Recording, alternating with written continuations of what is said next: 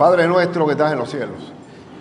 Padre, acudo ante ti, Señor, pidiéndote que me uses como un instrumento de amor, como un instrumento de edificación, sobre todo no apartarme ni a diestra ni a siniestra del contenido santo de tus escrituras, porque ellas son la espada del Espíritu que atraviesa el corazón hasta lo más profundo. Padre, sé tú el que vaya por delante y que defina siempre el rumbo de la iglesia que ya tú preconcebiste para actuar en una determinada manera y no salirse de ese ámbito.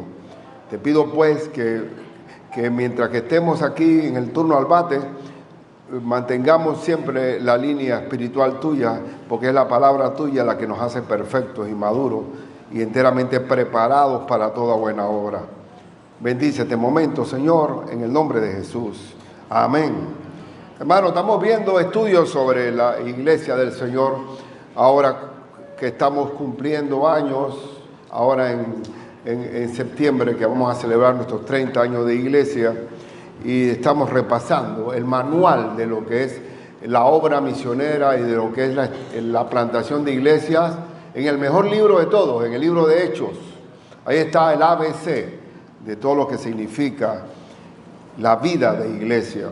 Cómo nace, lo que vamos a ver, cómo nace la iglesia modelo de Antioquía. Esa es la iglesia ejemplar, la iglesia misionera, la iglesia de discipulado, la iglesia de enviar obreros. Pero ¿cómo nace? ¿Cuál es el requisito para poder aspirar a ser como ella? Decirle antes que acuérdense que Pedro, cuando fue a la casa de Cornelio, aquel centurión, él estuvo antes en Jope, en la casa de Simón el curtidor, y tuvo una visión, ¿se acuerdan? La visión de que se veía, bajaba un lienzo, 3 veces bajó, en donde el Señor le mostraba animales inmundos, tipo gentiles, esos animales que no estaban permitidos en el Levítico, en el Antiguo Testamento, y le dice el Señor, mata y come, Pedro. Y Pedro dijo, yo no comeré ni comeré jamás un animal inmundo, no kosher. Entonces, ya el Señor le estaba hablando a través de ese lienzo que también los gentiles íbamos a conocer a Cristo por el poder del Evangelio. Y allí estuvo Pedro asimilando el asunto, y cuando visitó a la casa de Cornelio, efectivamente cayó el Espíritu Santo sobre los que estaban reunidos en la casa cuando oyeron el Evangelio de Cristo y se bautizaron. Y allí se vio claramente que el Espíritu Santo también no era exclusivamente para los judíos, sino para todo el mundo. Entonces, hoy vamos a ver esa iglesia de Antioquía, una iglesia enteramente gentil, una iglesia que vamos a aprender mucho de ella y que perfectamente es accesible a nosotros también. Porque acuérdense que todo el manual de vida nuestro está en la palabra de Dios. Todo está en la Biblia, hermano. No podemos inventar agua tibia. Y vamos a ver ese asunto. Pero acuérdense que ahí en el libro de Hechos, cuando Pedro, después que sale de la casa de Cornelio, va a hacer un reporte allá en Jerusalén, y comenzaron a criticarlo porque había ido a comer en una casa gentil, y Pedro le habla del lienzo. Y también dice en su discurso allá en Jerusalén que se recordó lo que Cristo había dicho, que Juan bautizará en agua, pero yo bautizaré en el Espíritu de Dios. Y efectivamente, el Evangelio nos bautiza, nos sumerge para ser investidos del poder del Espíritu Santo en el corazón del hombre. Así que vean la parte final de Hechos que dice, si Dios pues les concedió también el mismo don que a nosotros, que hemos creído en el Señor Jesucristo, ¿quién era yo que pudiese estorbar a Dios? Entonces, oídas estas palabras, callaron y glorificaron a Dios, diciendo, de manera que también a los gentiles ha dado Dios arrepentimiento para vida. ¡Wow! También los animales inmundos se salvan.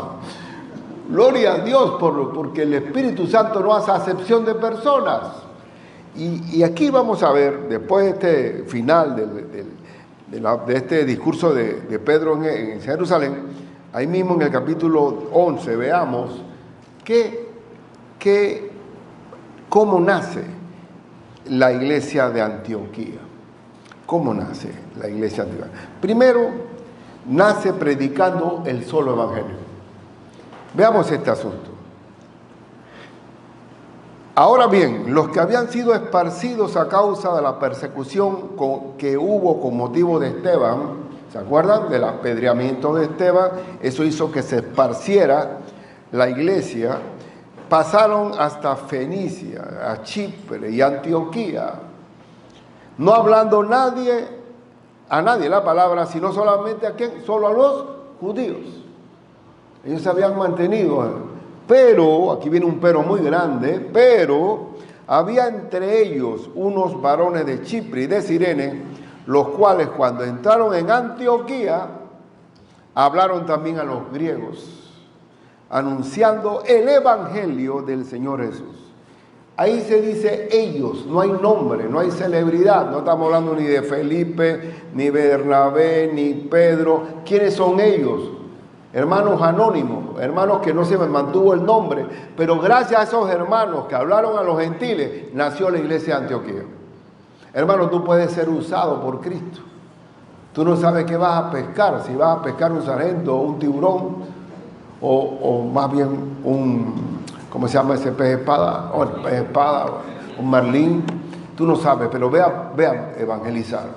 Y te vas a sorprender que Dios te va a usar. Porque tenemos la dinamita de Dios, que es el poder del Evangelio. El Evangelio de Dios el Evangelio es poder de Dios, ¿para qué? Para salvación.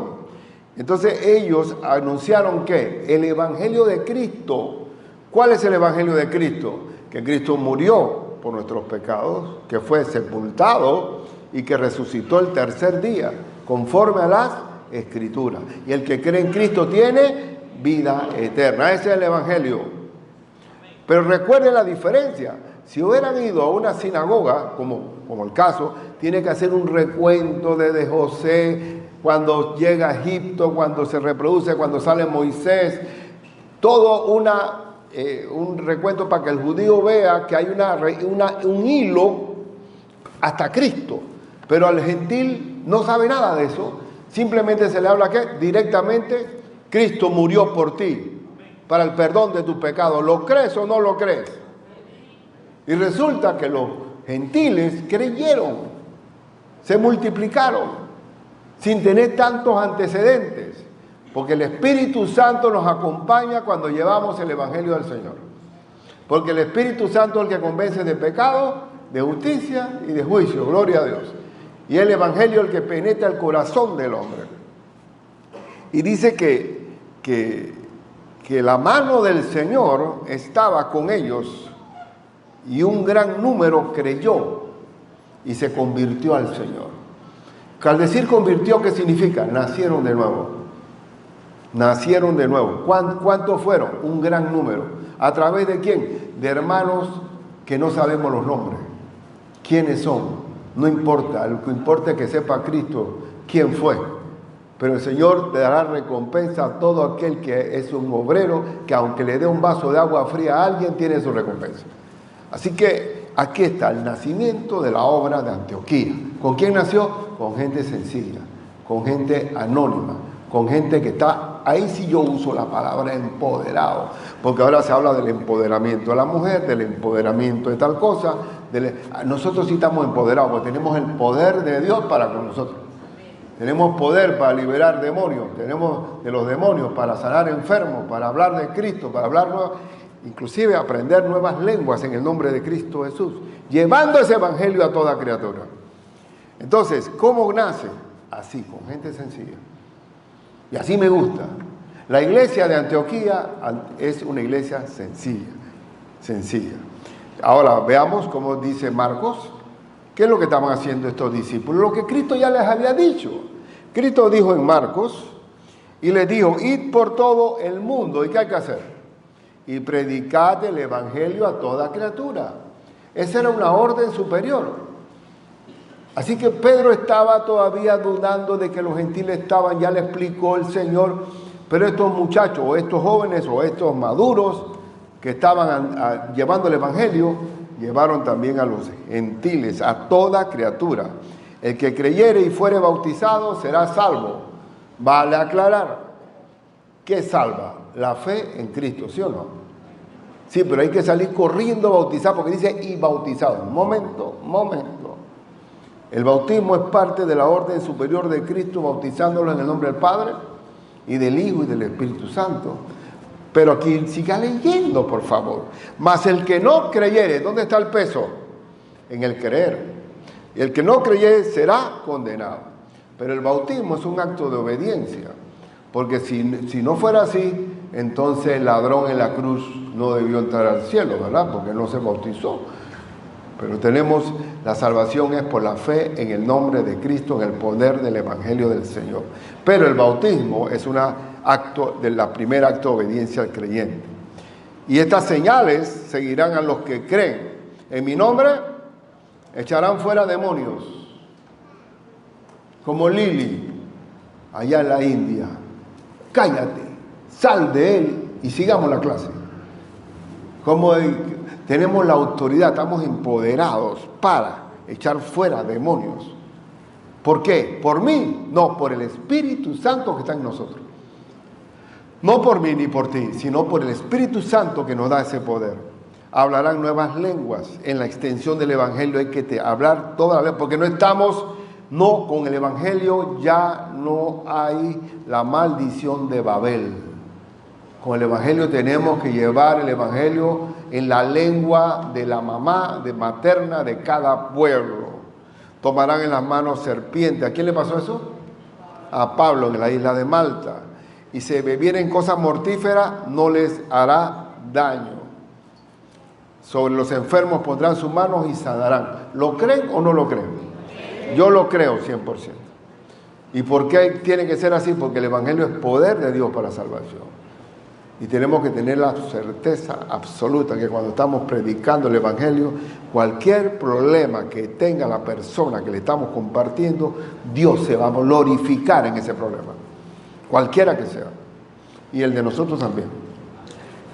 Entonces, el primero es que se predicó el Evangelio a través de gente sencilla, de gente que usaba la palabra directa, sin andamiajes, sin teorías. Y vamos a ver en segundo lugar, cito Romanos 1, 16, 17, que dice, porque no me avergüenzo del Evangelio, porque es que poder de Dios, ¿para qué? Para salvación. Cuando tú llevas el Evangelio y la persona lo asimila, lo recibe, ¿recibió qué? Salvación. Dios le dio la potestad de ser hecho hijo de Dios. Así que tú eres portador de vida. Quisieran los ángeles tener la potestad que tenemos nosotros de llevar el Evangelio. A todo aquel que cree, al judío primeramente y también al griego. Porque en el Evangelio la justicia de Dios se revela por fe y para fe. Como está escrito, mas el justo por la fe vivirá. El Evangelio es poder de Dios para salvación. Y cualquiera de nosotros puede hacerlo. Aquí no se rían de mí, pero yo trato de ilustrar. Aquí hice con mi mano, como si fuera ahí en un monte, hice este mapa, no sé si se puede ver ahí. ¿Algo se ve? Muy bien. En Jope tuvo el sueño Pedro, pasó a Cesarea, ¿verdad? Vuelve a Jerusalén, reporta, y entonces los hermanos van hasta Antioquía. Son 450 millas de distancia de Jerusalén a Antioquía. Se va casi llegando a la frontera con Chiriquí. Entonces aquí nace esta iglesia eminentemente gentil.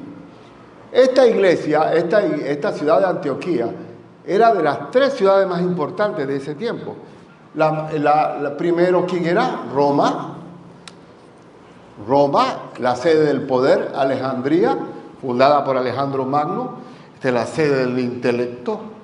Y Antioquía, que era como Panamá, que era un centro comercial, cosmopolita. Aquí mismo en la iglesia, son ¿cuántas razas tenemos aquí reunidas? Bendito sea por Dios, que así sea. Antioquía era así como Panamá, mezclada, chino, árabe, hindú, bueno, así pues. Entonces, y aquí también era un centro religioso, porque había prostitución también en los mismos temas, la religión de la diosa Isis. Entonces, esta iglesia se forma a través de hermanos muy sencillos. De aquí salen los manuscritos de nuestra Biblia, de la familia de manuscritos de Antioquía. Y aquí Dios le da a Pablo la revelación de las cartas que sostienen nuestra doctrina del Nuevo Testamento. Claro, hay cartas que son presidiarias cuando Pablo estaba preso, pero el cuartel central era Antioquía.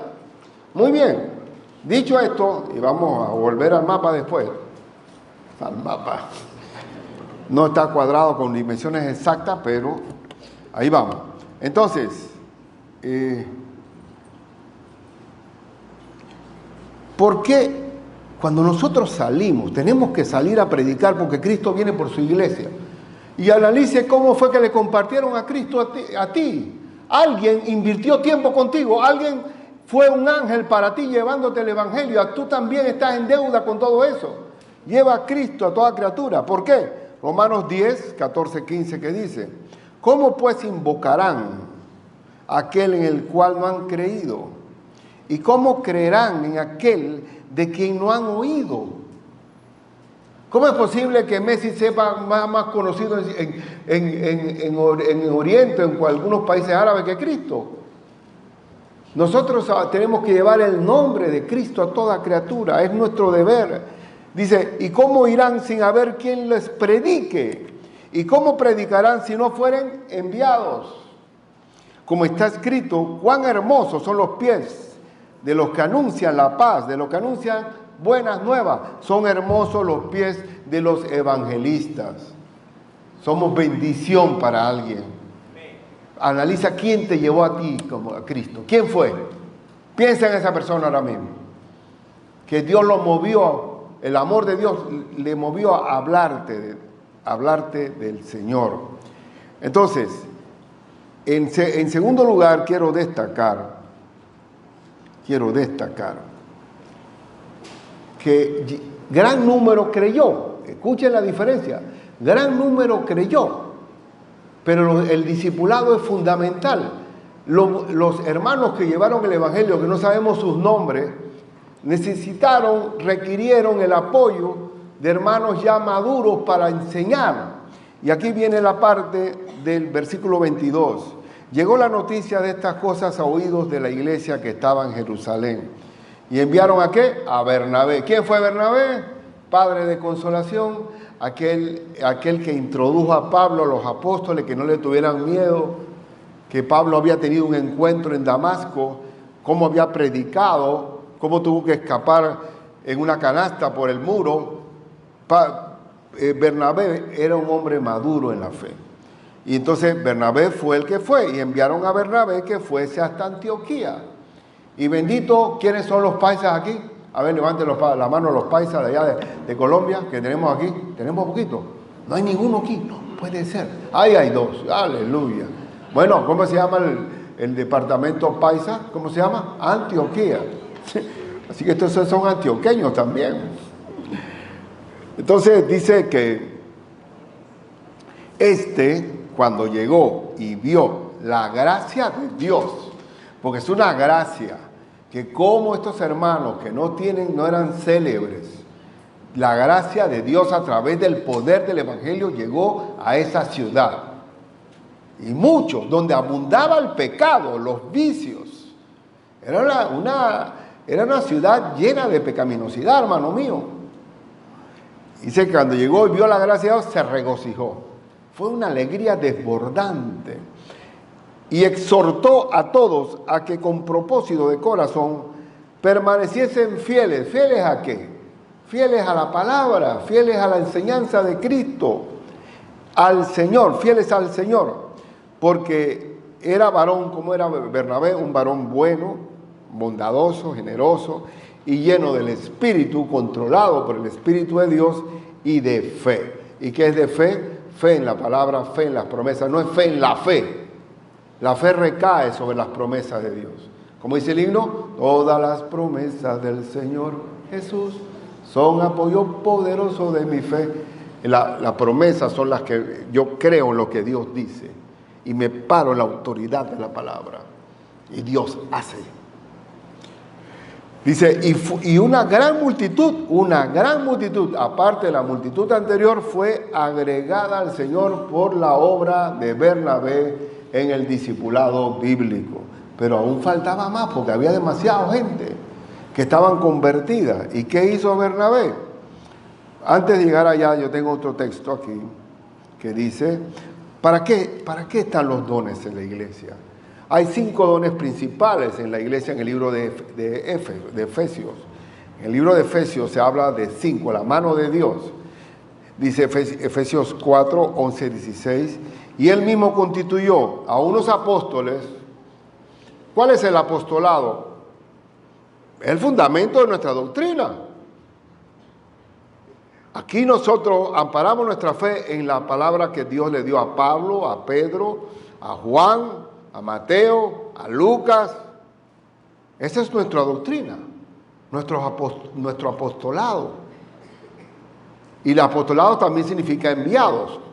Y me seréis testigos en toda Judea, en toda Jerusalén, Judea, Samaria y hasta lo último en la tierra. Todavía los apóstoles son testigos nuestros. Ahora que estábamos limpiando, hace poco, ¿cuánto fue que limpiamos la iglesia y fuimos aquí a la casita de al lado? Y hace tiempo yo estaba buscando un Nuevo Testamento, pero solo un Nuevo Testamento, para rayarlo, para marcarlo, y ya no se venden, o no se adquiere. Oye, y hubo uno ahí, me dio una alegría. Y todos los días estoy yo viéndolo, rayándolo, anotando, digo, porque es la palabra misma de Cristo hablando a mi corazón. Claro que requiero el Viejo Testamento, pero el Viejo Testamento no es mi doctrina es el Nuevo Testamento. El Viejo Testamento es sombra de lo porvenir, aunque lo uso para apoyarme, porque es una continuidad consumada con Cristo.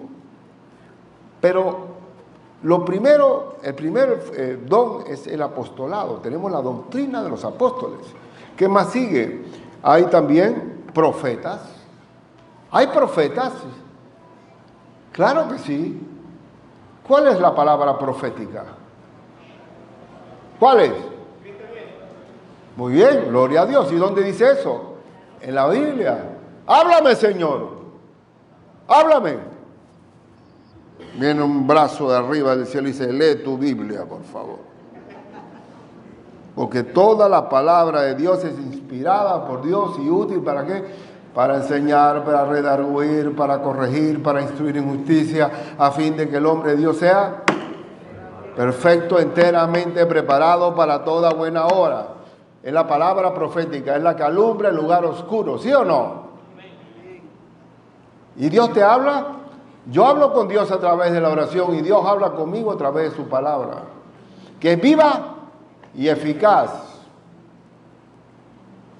Y me habla, y me dice, me redarguye, me reprende, me exhorta, me advierte. Entonces se requiere la profecía. ¿Quién es un profeta? Un profeta es aquel que pro es antes y fecía que es decir lo que Dios dijo antes. Ahora yo pregunto si algo falta por decir de parte de Dios para con nosotros en la Biblia. ¿Hasta dónde nos ha dicho Dios todo? Hasta la nueva Jerusalén. Hasta el cielo nuevo y tierra nueva, ¿sí o no? ¿Qué falta? ¿Quieres saber la fecha? No te incumbe a ti. No te incumbe saber la fecha en que voy a venir yo. Pero yo sé que voy a venir. Y lo que tú tienes que hacer es hacer lo que yo te ordeno y no estar averiguando por dónde vengo y cuándo vengo. Entonces Dios tiene profecía. A otros, ¿qué? Evangelistas, que llevar el evangelio de Cristo. A otros, pastores, que llevar el pasto de la palabra a las ovejas del Señor. Porque no solo de pan vive el hombre, sino de toda palabra que sale de la boca de Dios. Y maestros, enseñando los mandamientos de Cristo. Ahí está. Apóstoles, profetas, evangelistas, pastores y maestros. ¿Con qué fin? ¿A fin de qué? De perfeccionar a los santos para la obra del ministerio. ¿Para qué está la Biblia? ¿Para qué están estos hermanos? Para perfeccionar, para madurar a los hermanos para la obra, o sea, para ser obreros del ministerio. Esa es la razón de los dones. ¿Qué más? Para la edificación del cuerpo de Cristo. Nos edificamos entre ministerios a través de que se dinamice todos estos dones en ejercicio. Dice, hasta que todos, ¿qué? Hasta que todos lleguemos a la unidad de la fe. ¿Todos qué es? Todos. En la enseñanza bíblica, en el discipulado, maestros, discípulos, evangelistas, todos lleguemos a la estatura. Dice que a la estatura, a la unidad de la fe y del conocimiento del Hijo de Dios, a un varón perfecto, un varón que no le falte nada. Y con los hermanos que estamos llegando, yo los invito, hermanos, que no sepan, todos tenemos que crecer. Aquí no va a haber pigmeo ni bonsai. Aquí todos vamos a crecer. No, yo estoy aquí agachado. No, todos tenemos que crecer. Y estamos llamados al discipulado, a que todos crezcamos a la estatura del varón perfecto, a la medida de la estatura de la plenitud de Cristo. ¿Es posible eso? Sí, Señor, es un deber. Para que ya no seamos niños, ¿qué? Fluctuantes. Los niños fluctúan. Para entonces, si no crecemos en la fe, en el conocimiento de Dios, a la estatura de un varón perfecto, tendrían los pastores, o el pastor que no ejerce su pastorado, tendría que hacer efectos especiales cuando va a predicar. Tiene que hacer levitación, calla humo, para tener entretenido a los niños. Niños fluctuantes. Si hay una madurez, ya estamos hablando de que ya no somos niños buscando un juguete nuevo. Y cuando hay madurez, no hay disgustos por tonterías. Cuando hay madurez, no se reparten biberones en la iglesia. Dice que niños fluctuantes llevadas por doquiera de todo viento de doctrina. Ahora, pregunto si va a haber vientos de doctrina en estos tiempos finales. ¿Cuál es la profecía bíblica? Que en los posteriores tiempos, ¿qué va a pasar? Que la gente no querrá saber de la sana doctrina, sino que tendrán comezón de oír y se volverán, quitarán de la verdad del oído y se volverán a las fábulas. Eso es tiempo final. Es una profecía. Y por eso que Pablo le dice a Timoteo y nos dice a nosotros que prediques a tiempo y fuera de tiempo, redarguye, reprende, exhorta, porque vendrá tiempo cuando no querrán saber de la sana doctrina. Bien, entonces dice, por estratagema de hombres que para engañar emplean con astucia las artimañas del error. ¿Qué es una artimaña? Es una maña, es una astucia para poder seducir y llevar por un camino al que está haciendo la artimaña, al astuto, sino que siguiendo la verdad en amor, crezcamos en todo aquel que es la cabeza, esto es Cristo, de quien todo el cuerpo, bien concertado y unido entre sí, por todas las coyunturas, por todos los ministerios, que se ayudan mutuamente, según la actividad propia de cada miembro, recibe su crecimiento para ir edificándose en amor. Eso es Antioquía.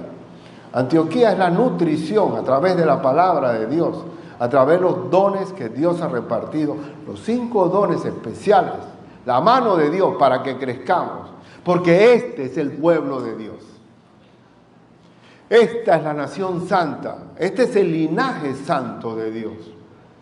Y el alimento válido es la palabra de Dios abierta en el corazón. Entonces, pero hubo un tercer requerimiento. Primero se compartió la fe de una manera sencilla a través de los hermanos, no sabemos los nombres, ni interesa. También segundo, vino Bernabé a reforzar, pero ahora vino la tercera, el cambio 4x4. Bernabé buscó a Saulo, que después se convierte en el apóstol Pablo. Y vamos a ver esta parte. Después fue Bernabé, versículo 25, a Tarso. Yo creo que yo tengo a Tarso aquí. Vamos a ver qué tanto salta. Aquí, de Antioquía a Tarso, está más cerca que Jerusalén. ¿Y qué hizo Bernabé? Esta es la oportunidad. Saulo estaba ahí predicando y todo, pero fuera del cuerpo. Tenía que todo comenzar con Antioquía. Y él buscó a Pablo, a Tarso, lo trajo de vuelta acá y comenzó la explosión de verdad. Que dice, volvamos, dice, y se congregaron, y hallándole, le trajo a Antioquía, y se congregaron allí todo un año con la iglesia, y enseñaron a mucha gente, No se congregaron solamente para recibir fuego de Dios, sino enseñanza cara a cara con las personas. ¿Será poco un año? Parece, un año nada más, si hubo tanta explosión, sí, pero un año todos los días, mañana, tarde y noche, como también hizo el apóstol San Pablo en Efesios, que día y de noche estuve con ustedes, por 3 años estuve en Éfeso, y acá tuvo un año, pero un año todos los días. Hay algunos que se desesperan, que dicen, oye, pero ese discipulado bíblico de ustedes es muy largo, un año, sí, pero un año son un año de 2 horas por semana. Eso da vergüenza. Y nosotros le llamamos discipulado. Todavía el discipulado bíblico era todos los días. Todos los días, por eso que hubo la explosión que hubo. Y fue un año entero, y dice y los discípulos se le llamó cristianos por primera vez en Antioquía. ¿Y por qué cristianos? Porque solamente escuchaba a la gente, cree en Cristo para el perdón de tus pecados, para que recibas vida eterna. Cristo Jesús tal cosa, Cristo Jesús. ¿Qué son ellos? Cristianos. Cristianos, era el nombre que sale, cristianos. Ya no tenía que ver con, ¿se acuerdan que en Jerusalén hablaban los que seguían el camino? Un camino, pero entre los gentiles, ¿cómo se llamaba? Cristianos, porque Cristo es el poder de Dios venido para el perdón de pecados y para nacer de nuevo en el nombre de Jesús. En aquellos días, unos profetas descendieron de Jerusalén a Antioquía. En este tiempo yo les pregunto a ustedes, ¿había Biblia escrita? ¿El Nuevo Testamento estaba escrito en este momento? Pablo está apareciendo. Pero una vez se revela toda la escritura a través del apóstol San Pablo, Juan, el Apocalipsis, ya la palabra profética estaba allí. Para todos. Pero aquí hubo una cosa interesante, importante también. Y levantándose uno de ellos llamado Agabo, daba a entender por el Espíritu que vendría una gran hambre, una hambruna en toda la tierra habitada. El imperio fue socavado en el tiempo del emperador Claudio, la cual sucedió en tiempo de Claudio. Entonces los discípulos ¿de dónde? Discípulos, no creyentes, sino discípulos, que habían sido enseñados en las Escrituras. Cada uno conforme a lo que tenía, determinaron enviar socorro a los hermanos que habitaban en Judea. Hermanos que todavía le costaba aceptar que los gentiles también eran salvos igual que ellos. Y resulta que el socorro económico en este tiempo de hambruna le vino de la iglesia gentil. Aleluya. Que son nuestros hermanos en Cristo Jesús. Después se infiltraron ciertos judíos judaizantes en la iglesia de Antioquía diciendo, ¿tú eres salvo? No, tú no eres salvo, perdón, ¿a ti te falta ver? La circuncisión. Si ustedes ya son circuncidados por la fe en Cristo Jesús, ¿qué circuncisión más grande que esa? Que la presencia del Espíritu en tu corazón. Y dice que los hermanos enviaron socorro. lo cual en efecto hicieron, enviándolo a los ancianos por mano de Bernabé y de Saulo. Y hay otros textos que atestiguan esto del envío de la ofrenda, pero lo que quiero reforzar es la venida del apóstol Pablo fue un refuerzo extraordinario. Y vamos a ver aquí el crecimiento. Segunda de Timoteo, ¿cuál es el manual de vida en la iglesia para que la iglesia crezca? ¿Cuál es? Toda la Escritura es inspirada por Dios. Toda la Escritura, ese es nuestro manual. Y útil para enseñar, para redarguir, para corregir, para instruir en justicia, a fin de que el hombre de Dios sea ¿qué? Perfecto, enteramente preparado para toda buena obra. Ese es el alimento de Dios. Cuando enseñamos la palabra, Dios manda en su iglesia. Cuando enseñamos la palabra, Cristo es la cabeza de la iglesia. Entonces, solamente volviendo a mi mapita que está aquí, solamente una cosa. Mire, hay dos manuales de la Biblia. Uno viene de la familia de manuscritos de Antioquía y la otra acá de Alejandría. Esta es corrupta. A veces ocurre de que en los manuscritos más antiguos aparece tal cosa. Digo, mira, mi base bíblica es Antioquía. Antioquía es donde se derivaron las traducciones. Donde la King James norteamericana, ¿de dónde viene? De los manuscritos de Antioquía. Nuestra Reina Valera. ¿De dónde viene? De los manuscritos de Antioquía. Entonces, ¿por qué Alejandría no? Aquí está, Roma era la sede del poder, Alejandría la sede del intelecto, y aquí muchos pseudos, había padres de la fe, pero corrompidos porque habían asimilado, porque había otra ciudad importante, que era Atenas, que era la sede de la filosofía. Entonces se mezcla cristianismo con filosofía y sale Alejandría. Y Alejandría era el intelecto, Atenas la filosofía, y Antioquía es la sede de la iglesia donde se da el verdadero cuartel central, el centro misionero de los 3 viajes misioneros del apóstol San Pablo. Pablo salía en el primer viaje, regresaba a Antioquía, reportaba. Segundo viaje, salía de Antioquía y regresaba a Antioquía. Y se regresaba. 3 veces hizo ese viaje. Y ahí está el Nuevo Testamento. Pero ¿cuál es la base de todo? Por eso que al final quiero terminar resaltando que nuestra aspiración es ser Antioquía. Una iglesia de discípulos. Segundo, una iglesia misionera. De ahí fueron enviados los misioneros. Y un cuartel central, una iglesia madre, donde se derivaron muchas otras iglesias. De ahí, de esa base. Siempre pasa lo mismo. La iglesia madre tiene hijas. Pero si la iglesia madre es débil, ¿qué clase de hijas van a parir ahí? Va a haber iglesias débiles. Entonces, nuestro mensaje hoy va en la dirección de tener, ahora con este asunto que dijo nuestro hermano Carlos, vamos a reforzar nuestro equipo de discipulado. Vamos a tener un reencuentro con nuestra visión de lo que tenemos que hacer. Y vamos a multiplicarnos. Y que salgan obreros.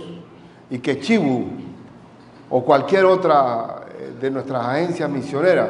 Aquí tenemos también a Randy. Nuestro hermano Randy es el consejero para América Latina de los misioneros desde México hasta la Patagonia. Tenemos aquí, yo tengo un general aquí, tengo a Chibu y hay varios hermanos que también podemos conectarnos. Y hoy mi hijo Richie está en la India, se fue para la India, va a estar 15 días, porque hay una iglesia en Melbourne, allá en Estados Unidos, que ya hizo un partnership, hay una sociedad para llevar el evangelio. Entonces, viene Cristo, hermano. Vamos a entrar en la obra misionera, comenzando con nuestra Jerusalén. ¿Cuál es mi Jerusalén? Mi vecino, mi compañero.